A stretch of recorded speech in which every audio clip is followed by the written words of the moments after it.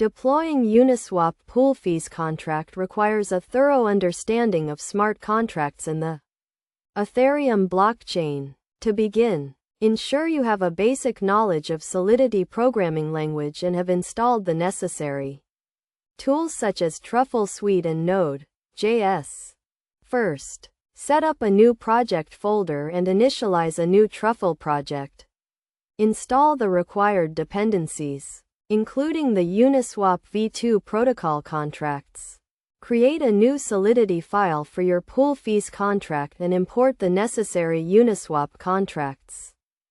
Next, define your contract, specifying the necessary variables and functions to manage pool fees.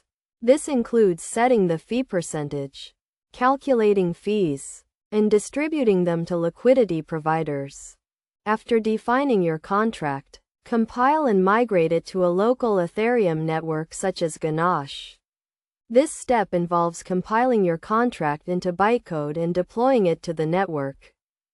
Once deployed, interact with your contract using Truffle Console or a similar tool. This involves calling functions to set the fee percentage, calculate fees, and distribute them to liquidity providers. To test your contract, use Truffle Test to write and run test cases. This ensures your contract behaves as expected and handles different scenarios correctly. Finally, deploy your contract to the main Ethereum network. This involves using a tool such as Truffle Migrate to deploy your contract to the mainnet. Ensure you have sufficient Ether for gas fees and follow best practices for contract deployment, including verifying your contract on Etherscan.